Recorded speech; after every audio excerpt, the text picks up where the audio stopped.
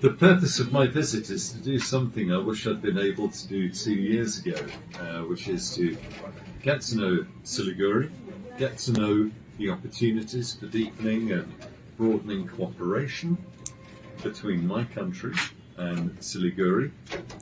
Why 2 years ago? Well, as you all know, we've had a pandemic and travel has not been so easy, but I was delighted to have the opportunity to come to Siliguri this afternoon for a speaking event, and delighted to have the opportunity to meet the Honourable Vice Mayor, who's greeted us with immense friendship and hospitality, and we've had a really good conversation identifying areas where we can work together, and so many policy areas that are priorities for Siliguri and are priorities for my country too. Sir, how and what was your discussion with the Deputy Mayor of Siliguri? Oh, how long have you got? We've been talking for over an hour and have covered an enormous amount of ground. I'm really struck by how much we have in common.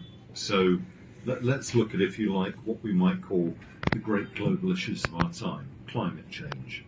Clearly, it's not only is it a priority for my country because we continue to be the president of COP26. A lot of people thought when the conference in Glasgow ended last November, that was it. No, that was just the beginning. The United Kingdom remains the president of the Conference of Parties of the United Nations Framework Convention on Climate Change through to November, and my minister has said we have no higher foreign policy priority.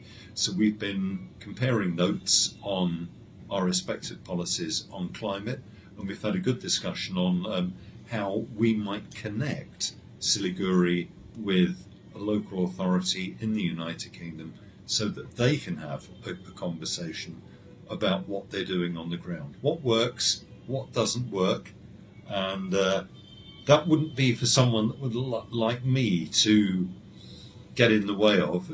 Let's get our experts together to talk. We've spoken about tourism, which clearly is very important to the local economy here. It's important to us in the United Kingdom too. Tourism is a huge industry in the United Kingdom. It's responsible for a vast number of jobs, and we've had a very similar experience, I think, over the last 2 years.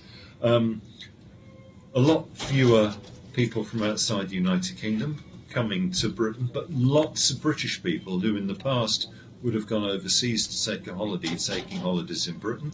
Same in India, huge increase in the domestic tourist industry, and many, many fewer foreigners coming here. We know that Siliguri would like to expand its tourist industry. We know that government of West Bengal would, and this is an area where we've been working closely with the Department of Tourism in Kolkata to see how we can work together. British investors, getting more British tourists here. I think there's a good news story here, and I think it's going to continue to get better. Very few people in the United Kingdom know that West Bengal is number 6 in India in terms of number of foreign tourists. More foreign tourists than Goa, more foreign tourists than Rajasthan, and we think there's a lot of potential for that to go even higher. Durga Puja, described clearly a very important religious and cultural festival, also described to me as the world's largest outdoor arts festival, which it is as well, was attracting increasing numbers of international visitors before the pandemic. We think those numbers can go a lot higher.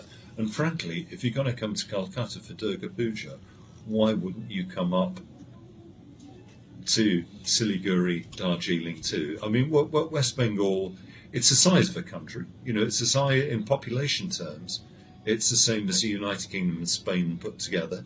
And it's got everything from beautiful sandy Bay of Bengal beaches and the world's biggest and best mangrove forest in the south, and tea and tigers and mountains in the north. It's the world in a single state.